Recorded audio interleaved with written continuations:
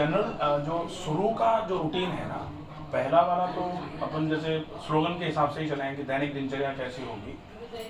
आयुर्वेद ने जो टॉपिक लिखा है एक, उसमें लिखा एक स्वस्थ व्रत। स्वस्थ व्रत में 4 चीज़ें रखी। एक तो दिनचर्या, एक रात्रिचर्या, एक ऋतु के हिसाब से दिन और रात्रि में क्या क्या परिवर्तन होने चाहिए, तो वो ऋतुचर्या, और एक वेग धारण। चारों में सबसे पहले जो ज़रूरी होता है वो है दिनचर्या। कि क्योंकि जनरली एक्टिविटीज़ जो होती, दिन मतलब डे और चर्या मतलब एक्टिविटीज़, तो दिन की एक्टिविटीज़ कैसी हों कि व्यक्ति अपने आप को पूरे तरीके से स्वस्थ रख पाए जी। उसके लिए जो शुरुआत की एक्टिविटी है, जैसे ही आप जागते हो, जागने से लेकर के सोने तक आप करते क्या क्या हो। तो ब्रह्म मुहूर्ते उत्तिष्ठे हो गया था, जगे। जैसे ही जागे, जागते ही एक बार में बड़े बड़े घूंट जल्दी जल्दी, ये एक्सेप्शन है हाँ। पानी के लिए, क्योंकि पानी के लिए अपन बोलते हैं पानी धीरे धीरे पिए, एक बार में ज़्यादा नहीं पिए, बहुत आराम से पानी पिए। लेकिन ये एक्सेप्शन है कि आप एक बार में ज़्यादा भी पियो, बहुत जल्दी जल्दी पियो, और ज़्यादा से ज़्यादा पानी पीना है, एक जगह बैठ करके पीना है। ये ऊषापान होगा। ऊषापान में पानी कभी भी गर्म नहीं पीना है, पानी हमेशा सादा पीना है। ऊषापान का पानी बिल्कुल सादा पानी पी के 10 मिनट रुक जाना है, क्योंकि पानी जो हमने पिया है वो हमको कैसे भी करके कोलोन तक पहुंचाना है, तो 10 मिनट का टाइम लगता है। उसके बाद फिर मोशन गए। मोशन जाने में जनरल प्रोटोकॉल ये है कि आप मोशन जाते समय, आजकल 70% लोग प्रैक्टिस कर रहे हैं जोर लगाना। जोर नहीं लगेगा। अगर जोर लगा के आप मोशन पास कर रहे हैं, इसका मतलब ये मान लो कि आज नहीं तो कल सिर में दर्द होगा, और इतना होगा कि उसको संभालना मुश्किल हो जाएगा, और हम सोचेंगे हम तो कुछ गलती नहीं कर रहे। लेकिन एक गलती मोशन में जोर लगाना जो है वो सिर में दर्द का कारण बन जाएगा। हमेशा स्ट्रेस रहेगा, हमेशा आंखों में भारीपन, सिर में भारीपन रहेगा।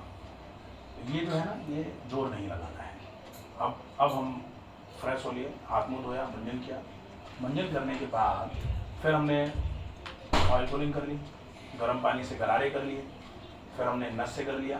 ये तो प्रोसेस है पूरा। नस से करने के बाद फिर हम अगर त्रिफला लेते हैं, वैसे त्रिफला बहुत अच्छा है, ये एक जनरल प्रैक्टिस में होना चाहिए कि अगर आप त्रिफला लेते हैं, त्रिफला क्यों लेना चाहिए, बहुत सारे लोग ये पूछ सकते हैं, त्रिफला आपका तो लेना है, तो लेना क्यों चाहिए। तो शुद्ध रहना और शरीर को शुद्ध रखना हमारी नैतिक जिम्मेदारी है, और इसलिए है क्योंकि आयुर्वेद में कहा गया है कि शुद्धो देहा मनुष्यस्य। ये आयुर्वेद का एक बहुत ही फेवरेट स्लोगन है, शुद्धो देहा मनुष्यस्य सह जीवति व सतम। अगर कोई व्यक्ति अपनी देह को शुद्ध कर ले और शुद्ध रख ले, तो वो 100 वर्ष तक स्वस्थ जिंदा रहेगा, उसको कोई रोग नहीं होगा। तो इसलिए शुद्धि जरूरी है, और शुद्धि के लिए त्रिफला से बेस्ट कोई ऑप्शन है, इसलिए त्रिफला लेना चाहिए। लोग कहते हैं ना त्रिफला क्यों लिया जाए, त्रिफला कोई ज़रूरी नहीं है। तो त्रिफला एक ऐसी चीज़ है जिसमें आपको कुछ नहीं करना। कहते हैं ना, हरड़ लगे ना बहेड़ा और रंग चोखा है, क्या जो भी क्या कहते हैं, जो भी स्लोगन है। तो अब हमें त्रिफला ले लिया।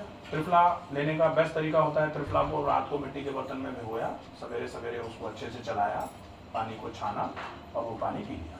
तो वो बस पानी पीना है सर ना, उसका त्रिफला का जो पाउडर है उसको छान के, हाँ, वो नहीं रात को हमने ओवरनाइट सोक किया है, तो ऑलमोस्ट वो पूरा का पूरा कस उसका आ गया उसमें। और फिर भी अगर चाहें और हम बिना छाने उसको पी सकते हैं तो और भी बढ़िया है, बिना छाने पूरा ही पी लिया, बहुत बढ़िया। चलाया, चला के पूरा पी लिया। त्रिफला में 3 फल होते हैं, हरड़, बहेड़ा, आंवला। और हरड़, बहेड़ा, आंवला, ये 3 फल हैं। ये तीनों दोषों का समन करने के लिए, तीनों दोषों को सम रखने के लिए सबसे इफेक्टिव है। और कहा जाता है दोष साम्य आरोग्यता। अगर दोष हमने सम कर लिए तो शरीर आरोग्य की प्राप्ति पे होगा, शरीर के सारे रोग जो हैं वो खत्म हो जाएंगे, शरीर आरोग्य हो जाएगा। और ये भी कहते हैं रोगस्तु दोष वैषम्यम, मतलब रोग केवल दोषों की विषमता का ही परिणाम है। दोष अगर विषम होंगे रोग हो जाएगा, और रोग को खत्म करना है, दोषों को सम करना पड़ेगा। ठीक है। अब हमने त्रिफला ले लिया। त्रिफला लेने के बाद हमने आधे घंटे भर तक कुछ नहीं खाना पीना है, इसलिए हम व्यायाम कर लेंगे उस समय। तो व्यायाम करने के पहले भी त्रिफला ले सकते हैं, और अगर हम चाहें कि हम तो व्यायाम करने के बाद लेंगे, तो व्यायाम करने के बाद भी ले सकते हैं। इसमें अपने पास ये ऑप्शन रहेगा। अब अगर मान लेते हैं हमने व्यायाम करने के पहले त्रिफला लिया है, तो व्यायाम करने के बाद अगर हमको पित्त नहीं है और हमको बहुत ज़्यादा मात्रा में ऐसा रहता है कि पित्त तो बिल्कुल भी नहीं है लेकिन शुगर है, तो हम शुगर के केस में कुछ मीठा नहीं खा सकते। लेकिन मान लेते हैं कि शुगर नहीं है और पित्त बहुत ज़्यादा है, एसिडिटी बहुत ज़्यादा रहती है, तो अगर हम त्रिफला ले रहे हैं तो त्रिफला के साथ ये जिम्मेदारी बनेगी हमारी पानी ज़्यादा पीना। तो बहुत सारे लोग 3 दिन त्रिफला लेने के बाद बंद कर देता, वो बहुत सिर में दर्द हो गया था, वो बहुत पेट फूल गया था। अब वो तो त्रिफला का नेचर है, क्योंकि गंदगी होने से पहले कुरेदा जाता है। जैसे अगर इस कमरे को भी अगर जैसे अपने को पेंट कराना है तो ये सब उठा के हटाएंगे ना, तो ऐसा लगेगा क्या गंद पड़ा हुआ है, और उसके बाद धीरे धीरे करके वो सारा सेट होगा, सही होगा। तो ऐसे ही त्रिफला 2-5 दिन 10 दिन तक हो सकता है। गर्दन सिर में दर्द कराए, पेट में भारीपन कराए, जी मिचलाए, आपको वॉमिटिंग हो जाए, आपको लूज मोशन हो जाए, तो यही तो चाह रहे थे अपन, ये सब हो और शरीर की सारी गंदगियाँ बाहर। इसलिए ये अगर हो तो इससे घबराना नहीं, बस केवल पानी ज़्यादा पीना है, ये हो गया। अब त्रिफला के बाद अगर एसिडिटी है तो हम अंजीर, मुनक्का, किशमिश, खजूर ये खा सकते हैं, रात को भिगोए हुए पानी पी सकते हैं इनका। इसके बाद हमने नहाना वहाना कर लिया, ठीक रहेगा। स्नान करने में जो जनरल विधि है वो कहती है कि आप स्नान हमेशा या तो सिर से करिए या फिर जल प्रदेश होता है, पहले पानी वहाँ डालिए। तो ऑथेंटिक ये है कि यहाँ पानी डाला जाए। आजकल तो बोल रहे हैं कि पैर से स्नान करो, पैर से। वो जो है ना, ये कुछ ऐसी भ्रांतियाँ जो बहुत गलत फैली, जिसमें एक ये कि गर्म पानी पी के रोग सही हो जाते हैं। हालांकि अभी भी जैसे लोग अगर इसको जनरली, मैंने अभी तक कहीं वैसे नहीं डाला है, जैसे पब्लिकली कहीं डाला नहीं है, ये अपन केवल अपने लेवल पे समझा लेते हैं और उसका लोगों को फायदा मिल रहा है। गर्म पानी पी पी करके क्या हो रहा है, गर्म पानी पी के लोग अपनी अंदर की सौम्यता को ख़त्म कर रहे हैं, रूक्षणता आ रही है, रूखापन आ रहा है। अब रूखापन अगर आंत में आएगा तो व्यवहार में भी रूखापन आ जाता है, लोग चिड़चिड़े हो रहे हैं, लोगों को गुस्सा दुनिया भर का आ रहा है। इसका एक रीज़न यही है कि वो गर्म पानी पी रहे हैं। गर्म पानी क्या है कि आयुर्वेद ने हमेशा कहा है कि गर्म पानी पीना है आपको, आप रोग के अनुसार, आपको अगर जैसे खांसी हो गई है, जुकाम हो गया है, आपका गला चौक हो गया है, आपको गले में टॉन्सिल फूल गए हैं, या फिर आपका गला बैठ गया है, या आपको अस्थमा का अटैक पड़ गया, आप गर्म पानी पिए 5 दिन 7 दिन 10 दिन 15 दिन। लेकिन हमेशा गर्म पानी पी के वजन कम करना है या फिर कोलेस्ट्रॉल हट जाएगा गर्म पानी पीने से। तो गंदगी अगर टॉयलेट में हो जाती है ना, तो आप HCl डाल दो उसमें, गंदगी के साथ साथ सीट भी गायब हो जानी है। ऐसे ही पेट की सफाई के लिए अगर अपन गर्म पानी का उपयोग करेंगे ना, तो पेट तो डेफिनेटली साफ होगा, लेकिन पेट साफ होने के साथ साथ नॉर्मलिटी ऑफ इंटेस्टाइन जो है ना, वो सब साफ हो जाएगा। सब सारा माइक्रोबायोम बिगड़ जाता है, आंतें पूरी खराब हो जाती हैं, जो गुड बैक्टीरियाज होने चाहिए आंतों में, जो बहुत अच्छे रहते हैं आंतों के लिए, वो सब खत्म हो जाते हैं, पूरा गड़बड़ हो जाता है। इसलिए गर्म पानी का उपयोग करना। दूसरा जो एक भ्रांति है वो है कि लोग कहते हैं कि खूब ठूस ठूस के खाओ ब्रेकफास्ट में। यही तो बात शुरू हुई थी ना यहाँ से, तो ठूस ठूस के ब्रेकफास्ट में खाओ। और कहा, अपने यहाँ आयुर्वेद में कहा गया कि कलेवा कुंवर सा, कुंवर मतलब राजा के दरबार में राजा सर्वोच्च होता है, और जो राजा का लड़का होता है वो भविष्य में राजा बनने वाला होता है, लेकिन जब तक वो राजा बनता नहीं है तब तक उसको राजा नहीं कहते, तब तक उसको कुंवर बोलते हैं। तो कुंवर का भोजन और राजा के भोजन में अंतर होता है। कुंवर का भोजन मतलब बच्चा जब छोटा होता है ना, तो उसको सौम्यता के हिसाब से खिलाते हैं, बहुत ठोस ठोस के उसका गले तक नहीं भरते उसको। तो नाश्ता हमेशा, कलेवा मतलब नाश्ता। अच्छा, नाश्ता तो उर्दू का शब्द है, नाश्ता हिंदी का शब्द नहीं है। और हिंदी का शब्द क्या है नाश्ते के लिए? अल्पाहार। अल्पाहार का क्या मतलब होता है? थोड़ा। अब जिसका नाम है राम और वो काम करे रावण के जैसा, वो नहीं चले। अल्पाहार का मतलब अल्प मात्रा में आहार, और उसको अपन खाएं यहाँ तक भर के, तो वो नहीं चले। इसलिए वो जो भोजन सवेरे वाला है ना, लोगों को ये लगता है, अच्छा फिर लोग ये कहते हैं नहीं नहीं, वो सवेरे डाइजेस्टिव फायर्स अच्छे होते हैं, सवेरे का पाचक अग्नि बहुत। अब अपन देखें कि पूरे दिन में सबसे ज़्यादा गर्मी सवेरे होती है कि ठीक दोपहर में होती है? दोपहर। तो ठीक दोपहर में हम ज़्यादा मात्रा में भोजन कर सकते हैं, जल्दी पच जाने वाला, जल्दी पचेगा वो, क्योंकि ज़्यादा गर्मी रहेगी उस समय। तो लंच हमारा जो है ना, वो वही कहा गया कि आपका ब्रेकफास्ट जो है वो हल्का हो, आपका लंच प्रॉपर हो, डिनर आपका बिल्कुल लाइट हो। यही कहा गया था इसको। डिनर तो लाइक अ बैगर, वो सही बोल रहे हैं, लेकिन take breakfast like a king ना, कहा ही नहीं जाते हैं। Take breakfast like a prince, तो वो कुंवर सा होना चाहिए कले का। क्या बोला? नहीं ठीक, तुम लोग करो अपना काम, ठीक है। फिर अगर इतना हो जा रहा है तो फिर जो लंच है हमारा, लंच हम प्रॉपर ले सकते हैं पूरा। लंच में हम प्रोटीन खा रहे हैं, लंच में हम कार्बोहाइड्रेट खा रहे हैं, लंच में हम फैट खा रहे हैं, कोई दिक्कत नहीं। लेकिन प्रोटीन अगर हम डिनर में खा रहे हैं, सामान्य तौर पर लोग कहते हैं ना कि पूरे दिन तो काम करते रहते हैं लेकिन शाम को तेज भूख लगती है, यहाँ तक खा ले रहे हैं, तो वो भी प्रॉब्लम नहीं कर सकते। तो हम तो बहुत हल्का नाश्ता लें और हल्का डिनर हो, जो हमको खाना है लंच में खाना, लंच प्रॉपर है, कोई इशू नहीं, ठीक है। फिर रहेगा पानी दिन भर में ज़्यादा से ज़्यादा मात्रा में होना चाहिए। जितना ज़्यादा पानी पिएगा उतना अच्छा है। तो पानी केवल तब रुकता है जब पानी पीने की एबिलिटी हमारी, हम पानी पीने के लिए योग्य नहीं रह जाते। मतलब किडनी में खराबी आ जाए, मतलब हार्ट में ज़्यादा खराबी आ जाए, मतलब पेट में पानी भर जाए, लीवर ख़राब होने की वजह से पेट में पानी भर जाए, तो फिर हम ज़्यादा मात्रा में पानी नहीं पी सकते। लेकिन ईश्वर की कृपा से जब तक हमको ऐसे रोग नहीं आए हैं तब तक हम जितना संभव हो जाए उतना पानी। कितने देर में कितने आप हर 40 मिनट में आप 300 ml पानी पी रहे हैं, लेकिन वो वाला जो सवेरे का पानी था वो जल्दी जल्दी पी रहे थे और बड़े बड़े घूंट पी रहे थे। बाकी पूरे दिन के पानी को तो आप रोक रोक के पियो। मुंह में भरो एक घूंट, थोड़ी देर रोको, फिर निगलो उसको, फिर दूसरा घूंट भरो, थोड़ी देर रोको, फिर निगलो उसको। बेस्ट रहेगा, सबसे बढ़िया। मैंने कहीं पढ़ा था कि ज़्यादा पानी पीने से भी किडनी पे असर पड़ता है। हाँ, तो ज़्यादा पानी का मतलब होता है मोर देन 5 और 6 लीटर्स। 5 लीटर्स तक तो पानी को ज़्यादा नहीं बोला जा रहा आजकल, क्योंकि आजकल गंदगियाँ बहुत खा रहे हैं लोग। तो जैसे होता है ना कि घर में पोंछा कितनी बार लगे, ये कोई स्टैंडर्डाइजेशन नहीं है।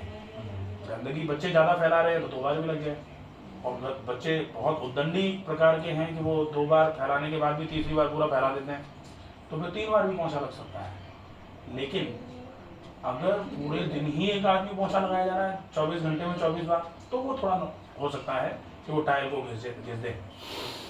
लेकिन पानी का यहाँ यही है कि आपकी मिनिमम रिक्वायरमेंट जो है वो तो है 2.5 लीटर्स क्लियर वाटर, इससे कम पानी नहीं चलेगा। और वो 4.5 to 5 लीटर्स तक जा सकता है।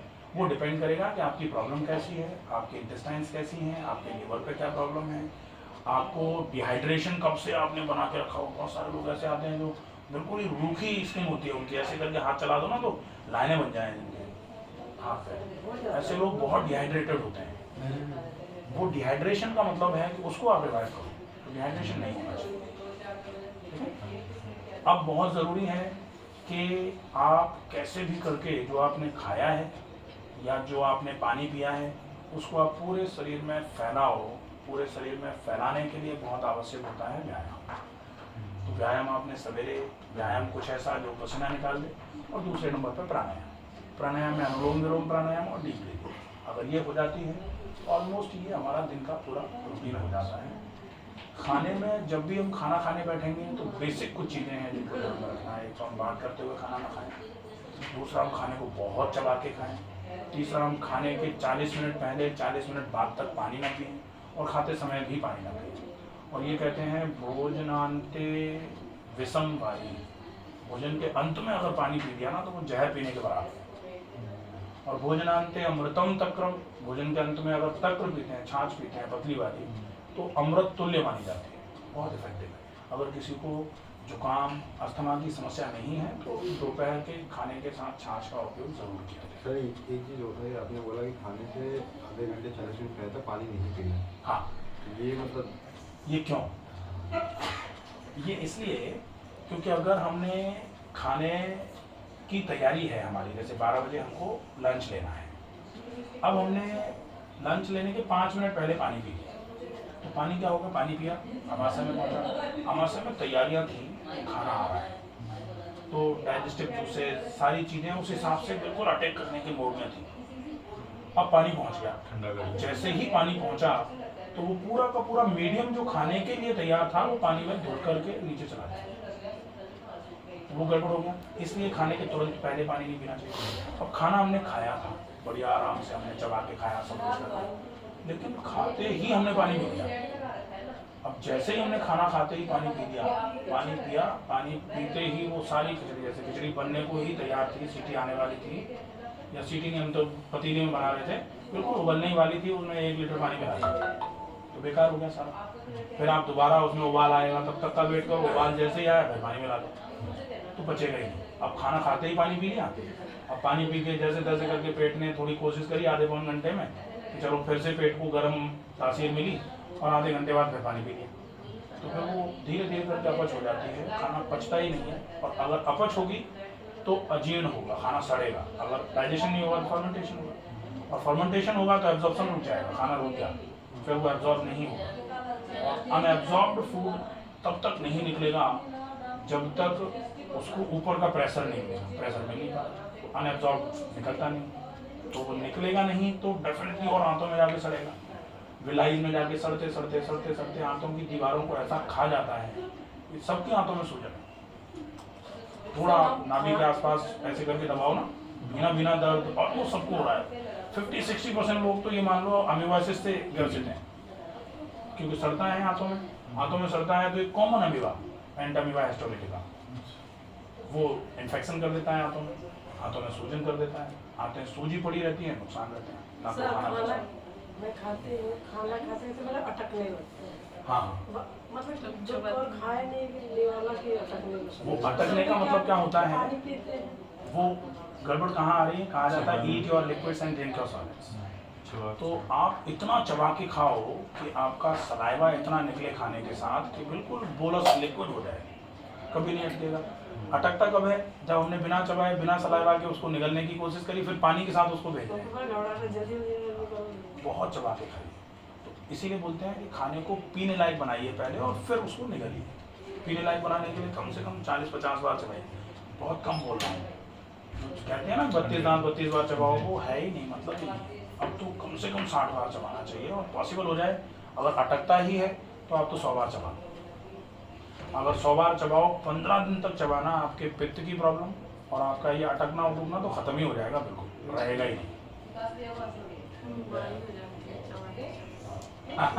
सर अगर अटक जाता है तो कुछ पानी तो नहीं पी सकते हैं? छाछ रख लीजिए, छाछ। अगर बाई चांस अटक ही रहा है तो आप छाछ ले लीजिए। और सर कर्ड भी मतलब कैसा खाने के कर्ड साथ खा सकते कर्ड जो हैं? है कर्ड उसको अपन प्रोबायोटिक के रूप में यूज ले सकते हाँ, हैं। तो जैसे सर कहते हैं कि अगर गुड बैक्टीरिया के लिए हाँ, कर्ड बहुत अच्छा है। तो कर्ड हम एज डेली लंच हाँ, के साथ बिल्कुल। आप ये करो, खा सकते जैसे 2 कौर हमने खाना खाया, चबा के खाया अच्छे तरीके से, 1 चम्मच हमने मीठा दही में कभी भी नमक ना डाला जाए। मैं तो नमक के साथ ही खाती हूँ। अब देखो दही हमने बनाया, दही का थोड़ा सा स्लाइस बना कर जैसे हम बायोकेमिस्ट्री माइक्रोबायोलॉजी में स्लाइस बनाते थे ना, तो दही का स्लाइस बना के देखो, दही बनाओगे ना माइक्रोस्कोप में देखो, दुनिया भर के उसमें कीड़े ऐसे तैर रहे होते हैं, और थोड़ा सा उस स्लाइस में नमक डाल दो, देखो वो कैसे फूटते हैं, मतलब लाशों का अंबार खाते हैं फिर। एग्जैक्टली यही, हाँ यही है।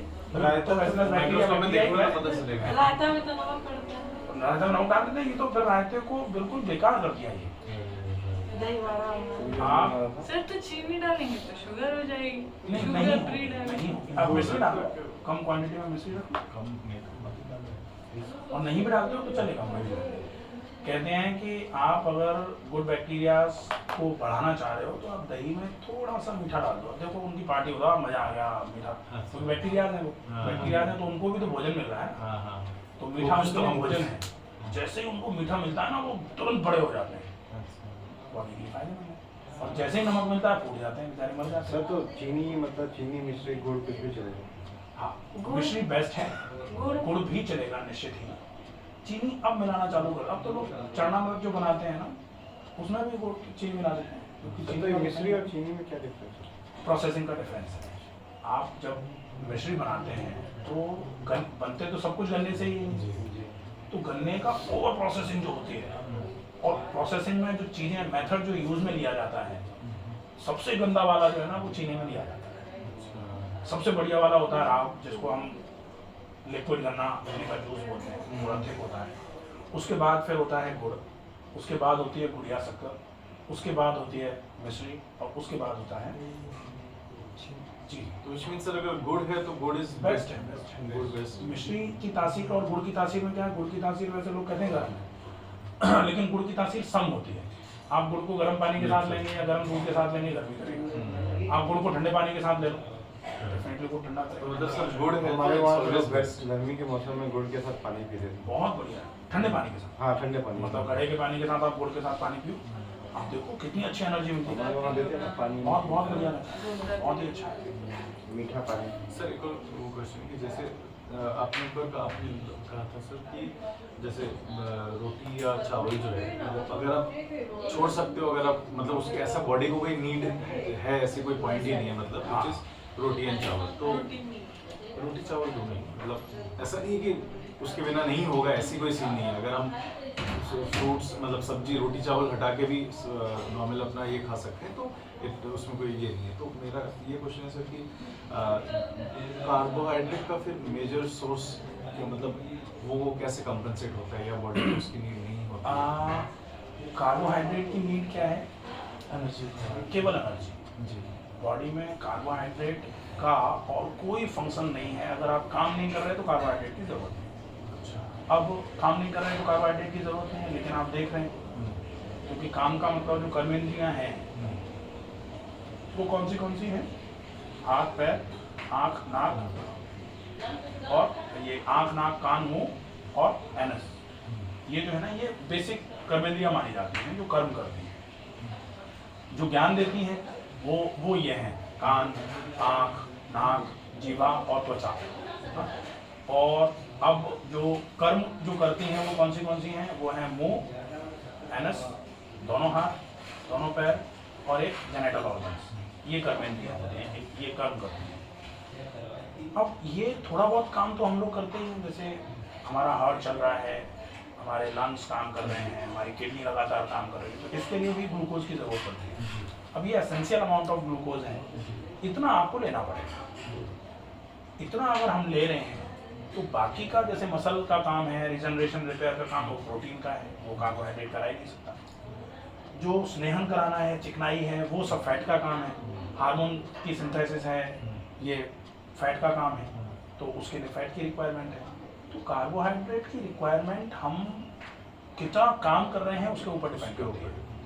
अगर हम काम कम कर रहे हैं तो कम कार्बोहाइड्रेट से चल जाएगा। अगर हम बहुत ज़्यादा फिजिकल लेबर नहीं कर रहे हैं तो हम थोड़ा सा कार्बोहाइड्रेट खाएं, प्रोटीन जितना हम मसल बल्क चाह रहे हैं उस हिसाब से खाएं, और फैट जैसा हमको अपने बॉडी में, और फैट ये तीनों ही चीज़ें फिर एनर्जी यील्डर तो तीनों मानी जाती हैं। क्योंकि जहाँ कार्बोहाइड्रेट नहीं होगा वहाँ अगर आप फैट ले रहे हैं तो फैट से भी आपको एनर्जी मिलेगी। प्रोटीन से अगर आपकी एनर्जी आपको मिल रही है ना तो वो खतरनाक हो जाती है। प्रोटीन भी एनर्जी तो देती है, लेकिन प्रोटीन टूटने की बारी अगर आ गई, इसका मतलब ये मान लो कि शरीर धीरे धीरे करके डिजेनरेटिव स्टेज में चला जाएगा।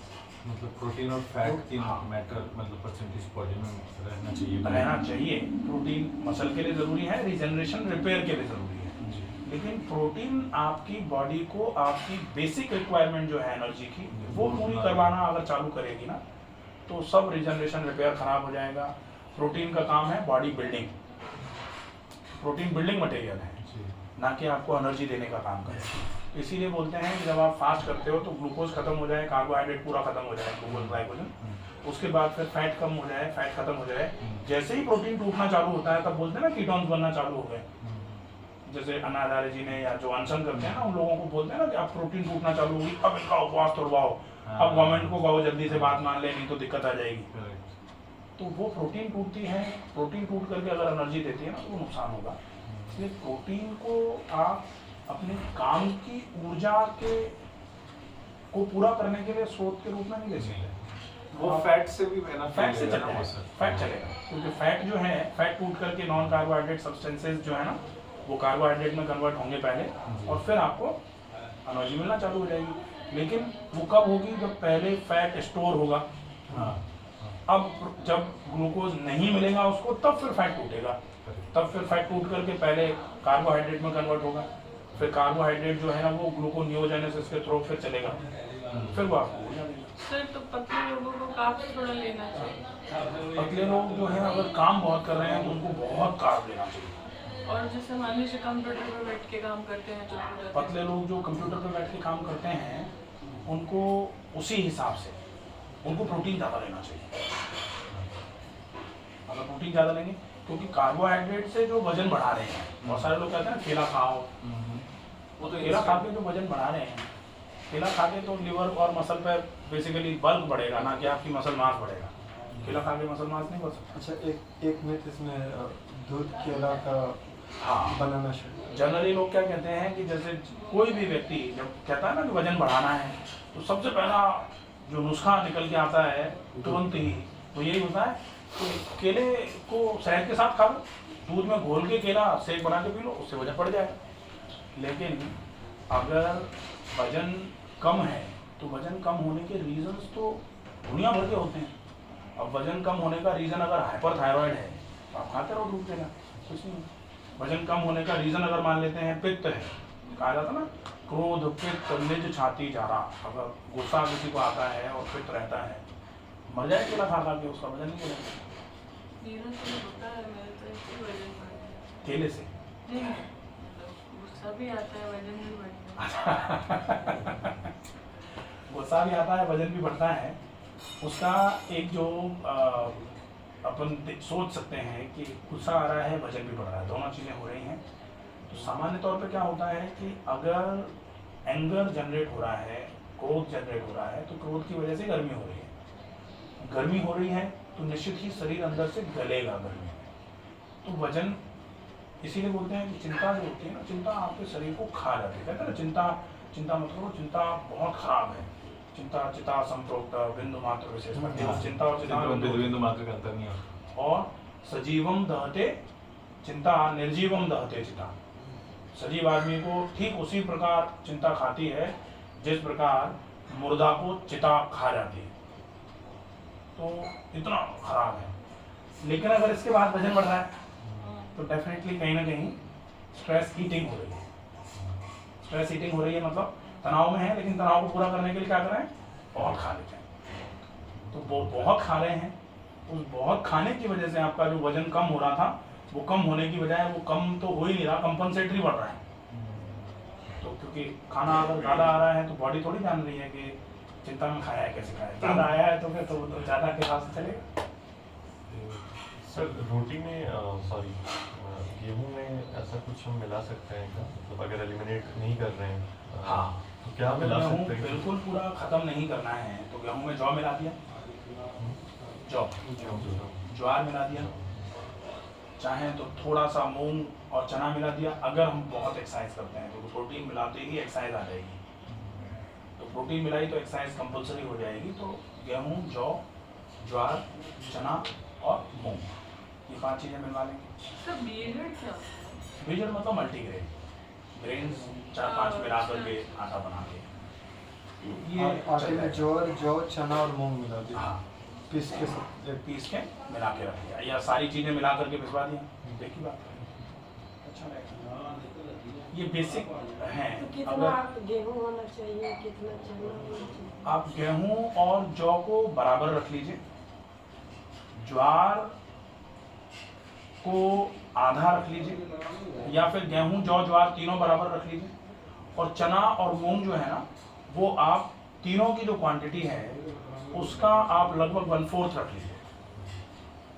फिर या फिर आप उसको आधा भी रख सकते हो, लेकिन फिर उसमें एक्सरसाइज का एंड्योरेंस और बढ़ जाए तो बहुत व्यायाम करते हो तो आप चना अकेले भी खा सकते हो, लेकिन अगर बहुत व्यायाम नहीं करते हैं फिर चना खाने के बाद पेट फूलेगा क्योंकि चना तो डाइजेस्ट सर अगर आप प्रोटीन ले रहे हो और मान लीजिए एक्सरसाइज उतना एडिक्वेट नहीं कर रहे हो तो फिर क्या हो सकता है, क्या गलत अगर प्रोटीन हम ज़्यादा ले रहे हैं और एक्सरसाइजेज नहीं कर रहे हैं तो सबसे पहले तो प्रोटीन डाइजेस्ट नहीं होगा, इंडाइजेशन होगा।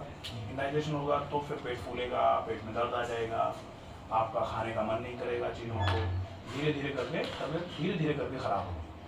फिर प्रोटीन का इंडाइजेशन होगा तो लॉन्ग टर्म में यूरिक एसिड बढ़ जाएगा, तो फिर पेन्स आ जाएंगे। अगर हम एक्सरसाइज करते रहते हैं और क्योंकि प्रोटीन खिलाते हैं ना, बहुत सारे लोग आजकल जैसे जिम जा रहे हो, जिम के साथ में वो वे प्रोटीन दे देते हैं, फिर वो डब्बा दे देते हैं। अब वो डब्बा आपने खाया लेकिन पानी नहीं पिया, सीवियर कॉन्स्टिपेशन करा देगा। तो प्रोटीन के साथ में दुनिया भर का